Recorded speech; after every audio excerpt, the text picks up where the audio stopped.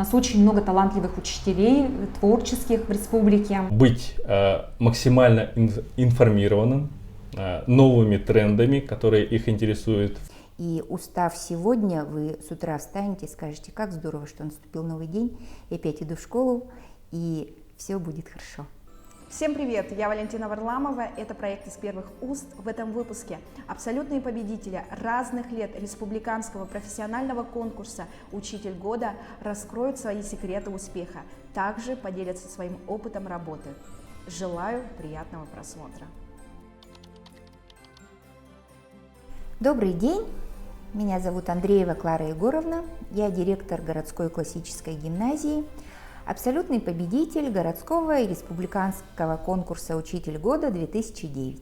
Здравствуйте, меня зовут Платонова Анна Алексеевна. Я учитель русского языка и литературы, являюсь абсолютным победителем республиканского конкурса «Учитель года-2018» и финалистом всероссийского конкурса «Учитель года-2019». Здравствуйте, дорогие друзья! Меня зовут Роман Николаевич Аконов. Я учитель истории и обществознания Саха-Корейской школы города Якутска. И я являюсь учителем года Республики Саха-Якутия 2019.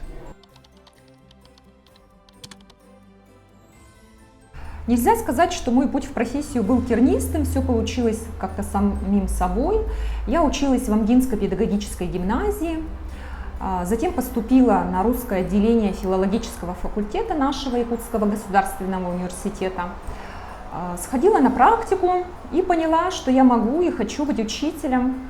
И практически 20 лет назад началась моя педагогическая деятельность в школе номер 31 города Якутска.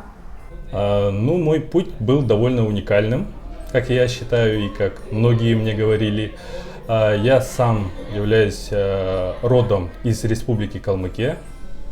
Приехал я в республику Саха-Якутия в не столь далеком 2014 году по приглашению директора Сотенской средней общеобразовательной школы Уселданского улуса.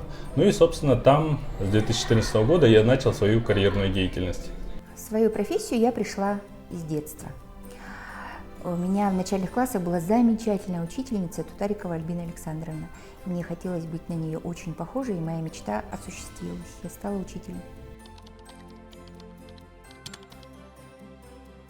Лично для меня высший пилотаж является, когда все дети вовлечены в учебный процесс, когда после звонка дети условно облепляют своего учителя огромным количеством вопросов по уроку, о том пройденном материале, который вы недавно рассматривали, так сказать, вместе с детьми. И, собственно, сама профессиональная компетенция педагога о том, как он может увлечь и повести за собой обучающихся, так сказать, на уроке. Вообще высший пилотаж для учителя, я думаю, это сочетание доброты, человечности и высокой компетентности. Это редко такое бывает. Единичка здесь доброта, человечность, а все остальные нолики на это компетентность, знания, способности, умения. А единичка без ноликов одинокая, а нолики без единички вообще ничто. Поэтому, наверное, сочетание должно быть. Высший пилотаж, наверное, это не только наши знания, это умение заводить аудитории таким образом, чтобы заинтересовать, построить работу так, чтобы всем было интересно, и все получили удовольствие, и твои ученики, и ты учитель.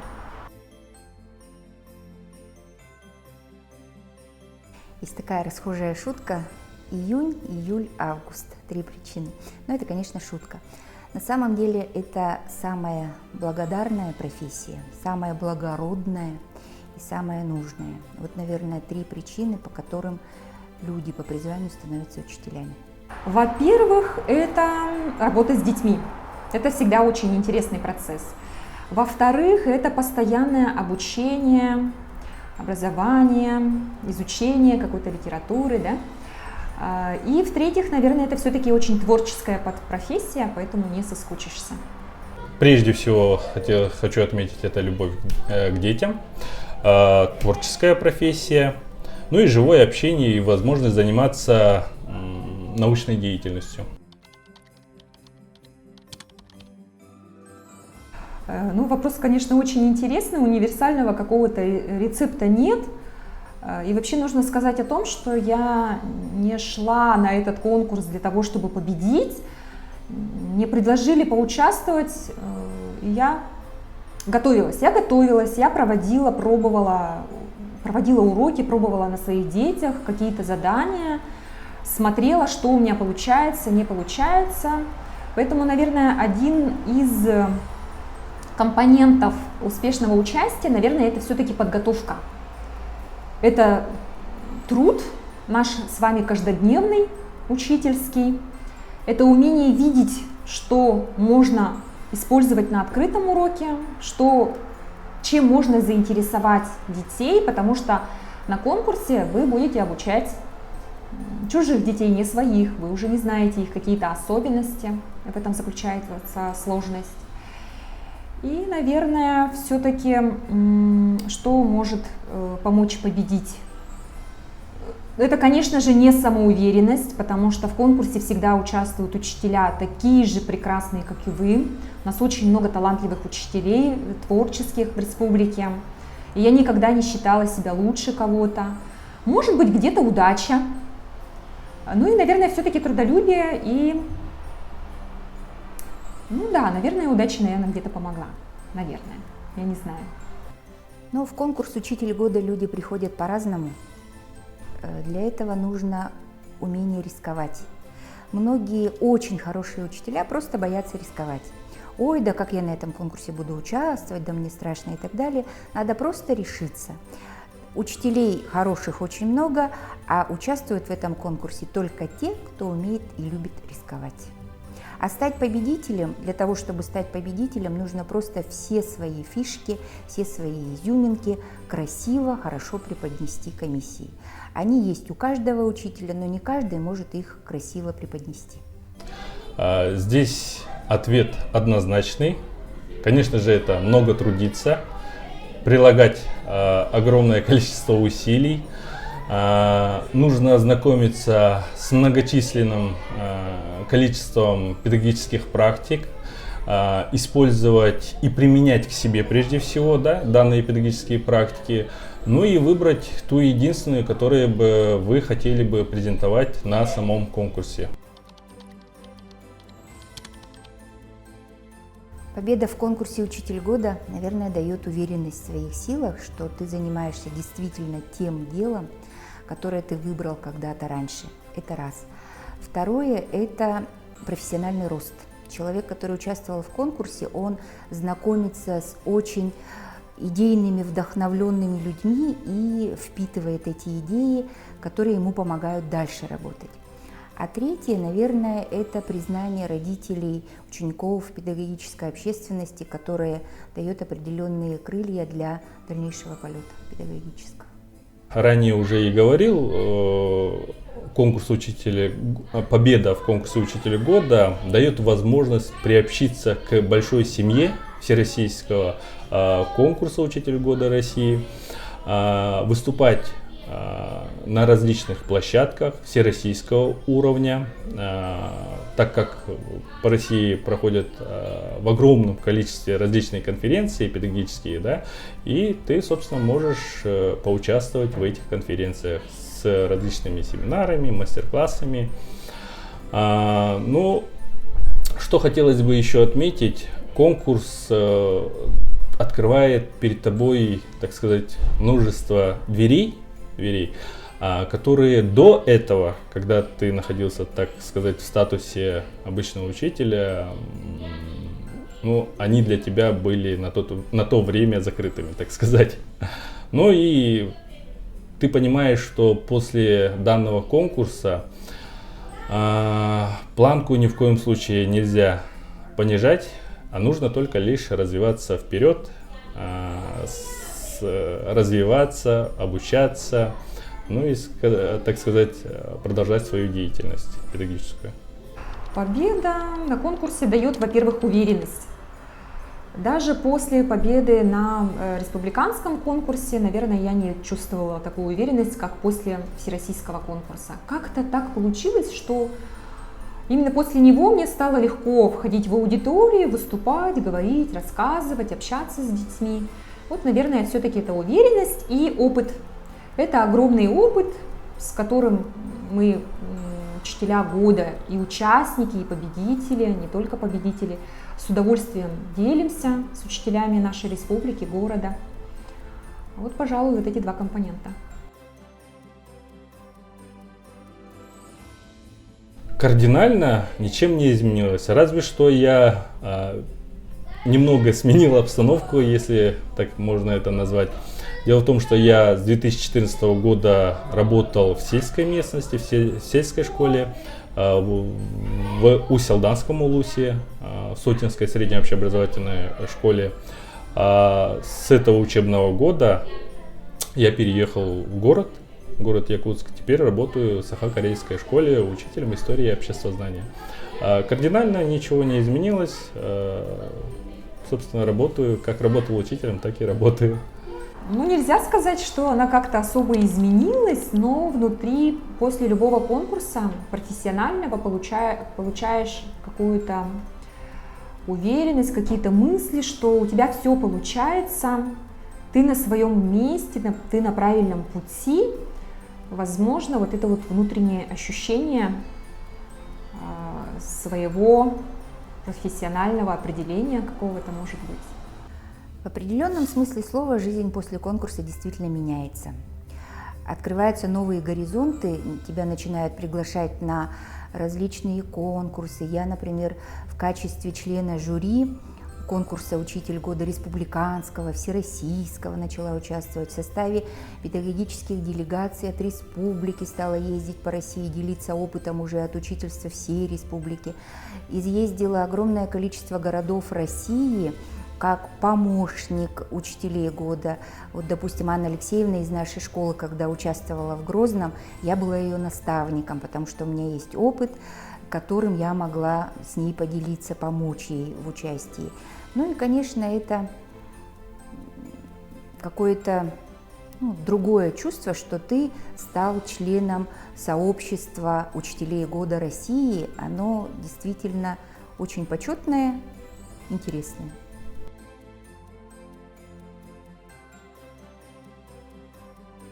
Да, конечно, обычный урок должен отличаться от открытого, оттого он и называется открытый, потому что сидят гости, потому что ты преподаешь у чужих детей, ты должен за эти 40 минут показать все, на что ты способен, все свои умения, весь свой талант, обаяние. Ты должен показать результат за такой короткий промежуток. А на простом уроке, на обычном, конечно же, без рутины никуда не обойтись, потому что на русском мы должны научить писать грамотно, на математике мы должны научить считать, и поэтому без систематической какой-то рутинной работы здесь не обойтись. Но я считаю, что на каждом обычном уроке должна быть какая-то изюминка, тогда нашим детям будет интересно учиться. Открытый урок конкурсный, конечно, отличается от обычного урока. В последнее время вообще наметилась такая тенденция, что этот урок очень похож на шоу. Я с этим немножко не согласна, но и превращать его в обычный рабочий урок тоже, наверное, нежелательно. Здесь нужно постараться показать все свои изюминки, все свои методы, технологии, которые тебя отличают от других учителей и которыми ты хотел бы поделиться с другими учителями. А согласна с тем, что не надо его превращать в шоу, это не должно быть похоже на конкурс артистизма, талантов и так далее. Это должен быть в какой-то мере рабочий урок с определенной целью, с определенными задачами, которые нужно выполнить. Но при этом он должен быть интересный, захватывающий, демонстрирующий все ваши умения и компетентности. Безусловно. Конкурсный урок, он отличается тем, что он должен быть презентабельным, интересным. Многие коллеги заявляют о том, что конкурсный урок должен стать праздником для обучающихся. Ты на конкурсном уроке должен применять технологии, различные практики педагогические, которые на сегодняшний день являются одними из самых современных и интересных практик. Что касается от обычного урока, ну, каждый педагог, я так подразумеваю, должен понимать, что конкурсный урок отличается сильно от обычного простого урока, да. Конечно же, там по типологиям мы судим как педагоги, да. Чем отличается открытый урок от обычного урока? Прежде всего, на открытом уроке учитель демонстрирует свой инновационный опыт. Инновационный опыт. Также учитель следует своей методической идее, которую презентует ее в ходе своего открытого урока.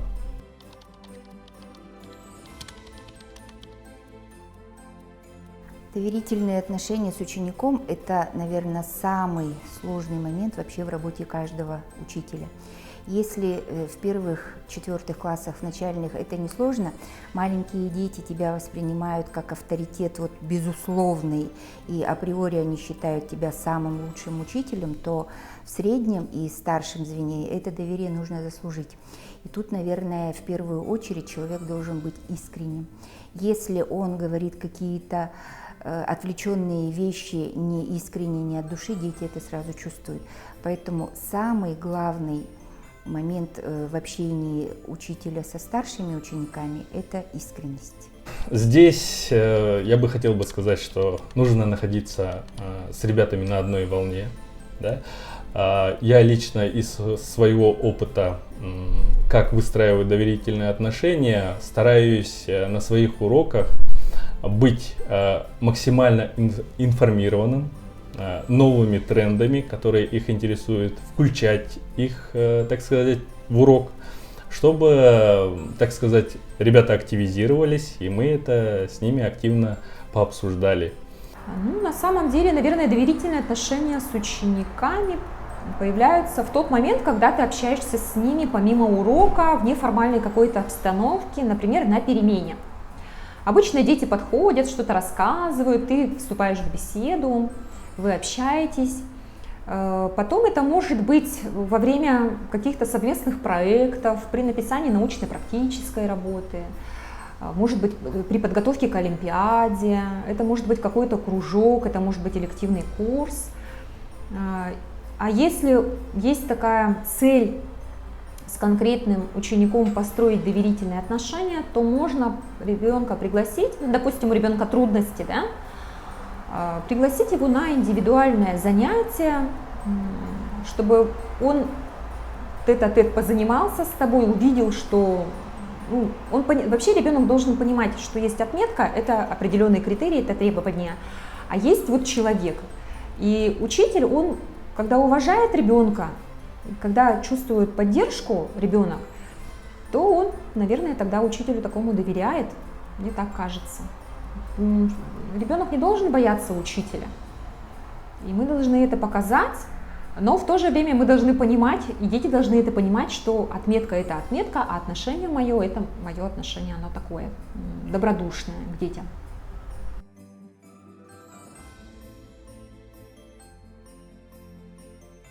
Нужно выстраивать коммуникацию с родителями. Я лично сам использую один из методов, довольно распространенных, писать письма. Пишу письма в WhatsApp, пишу, так сказать, о их деятельности их детей на уроках. Ну и, собственно, мы стараемся, так сказать, обсудить, что мы можем улучшить в ребятах, в их работе на уроках. В ходе данной коммуникации, так сказать, с родителями, да, выстраивается, так сказать, индивидуальная траектория работы с обучающимся.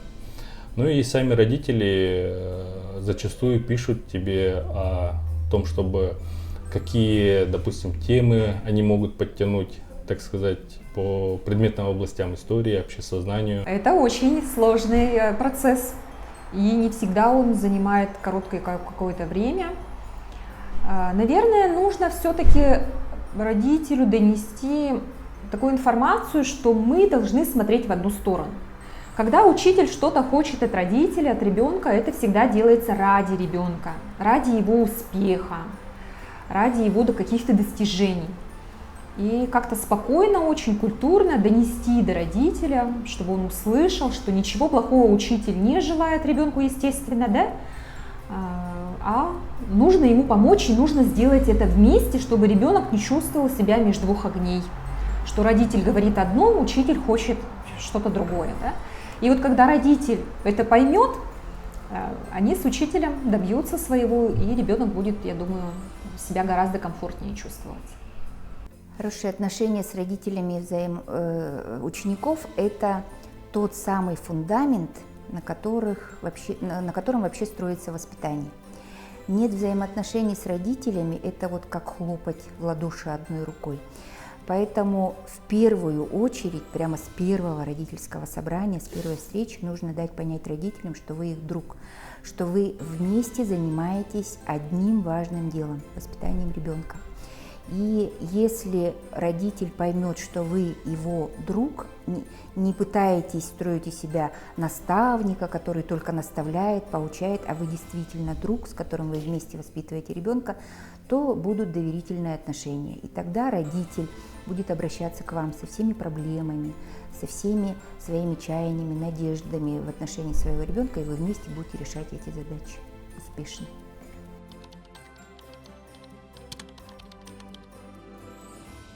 Конечно, это реальность. Конечно, это реальность, потому что мы все живые люди, мы устаем. От учителя требуется так много. Ты и швец, и жнец, и на игре дудец. Круглосуточная работа, если ты классный руководитель. Все мы люди, мы все устаем. Поэтому нужно уметь отдыхать. Я так говорю, но на самом деле я практически, наверное, не умею это делать. Я исправляюсь, я пытаюсь это делать, но очень нужно, наверное, построить работу свою так, что ты работаешь в это время, ты в это время отдыхаешь. Ты посвящаешь время семье, ты отвлекаешься. Потом очень хорошо, когда в коллективе есть поддержка, это какие-то совместные выходы куда-то, это, может быть, это чаепитие, это тренинги. Было бы здорово, если бы в каждой школе был кабинет релакса какого-то для учителя, для детей, для учителя. Школы, конечно, переполнены, такой возможности, наверное, нет, отдельной площади, но если была бы такая комната, не учительская, где учитель мог бы отдохнуть, поговорить, чай попить, это было бы тоже прекрасно. Поэтому, я думаю, нужно, наверное, думать здесь, принимать какие-то превентивные меры по руководству, поддерживать. Учитель должен чувствовать поддержку от наставника, от администратора, от коллеги. И тогда выгорание, если оно есть, можно свести его на нет или вообще сделать так, чтобы его не было. Ну и, наверное, я добавлю, все мы, учителя, живем только одной работой, не надо так делать. Нужно иметь какое-то хобби, чем-то увлекаться, тогда и, меняя деятельность, вы будете отдыхать. Я бы сказал, что это реальность, к сожалению. Есть такая проблема в учительской среде. Но отвечая на другой вопрос, как сделать так, чтобы перебороть, так сказать, педагогическое выгорание, я бы ответил таким образом, что нужно на уроках выстраивать такую форму деятельности, форму работы, которая была бы прежде всего интересна тебе самому. В ходе подготовки к урокам вносить новые материалы, которые ты ранее не рассматривал с детьми, которые ты ранее не применял, новые формы работы. Все это приведет к тому, что тебе самому становится интересней. Профессиональное выгорание, конечно, существует, но часто профессиональным выгоранием по ошибке называют обычную накопившуюся усталость. Усталость, она накапливается у всех людей, мы не роботы, мы все люди, но есть очень хорошее лекарство от выгорания, от усталости. Надо любить то, что делаешь, и делать то, что любишь. Если вы стали учителем по призванию, и если вы действительно любите то, что вы делаете, то любые задачи вам по плечу. И устав сегодня, вы с утра встанете и скажете, как здорово, что наступил новый день, я опять иду в школу, и все будет хорошо.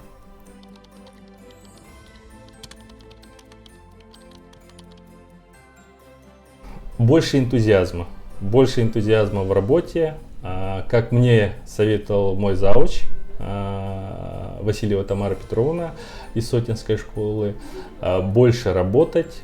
Когда, собственно, приведу пример, когда я только начинал свою профессиональную деятельность, я старался больше погружаться в саму работу в школе,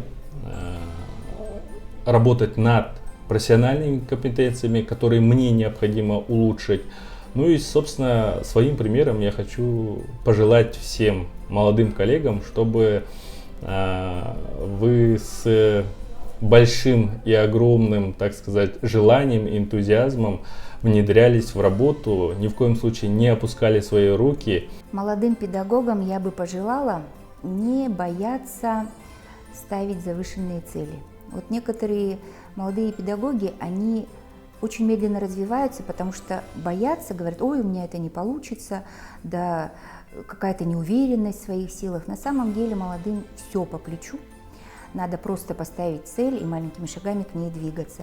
Не бояться участвовать в конкурсах, не бояться участвовать в педчтениях, в профессиональных различных мастер-классах. Вот это ведь не просто демонстрация своего опыта, это еще и профессиональный рост. Чем больше ты участвуешь в методической жизни школы, города, республики, тем больше ваша компетентность. Молодым вот везде открыта дорога на самом деле. Я думаю, что каждый может добиться многого, если только захочет. Главное не бояться. Во-первых, это терпение. Терпение, потому что нужно, чтобы прошло какое-то время, чтобы вы увидели результат своей работы. А результат он обязательно, конечно, будет, потому что все мы трудимся, все стараемся. У всех у нас, и у учителей года, и у опытных учителей были трудности в разное время работы в школе. Поэтому это терпение. Терпение, труд, все перетрут, как мы говорим, да? И, во-вторых, просто любите свою работу. Когда любишь ее, то любые какие-то негативные вещи, случаи какие-то, которые нас расстраивают, они сходят на нет. Ты просто видишь какую-то глубокую цель впереди, ты идешь к ней, и тогда сложностей будет с каждым годом все меньше и меньше. Вы будете опытными.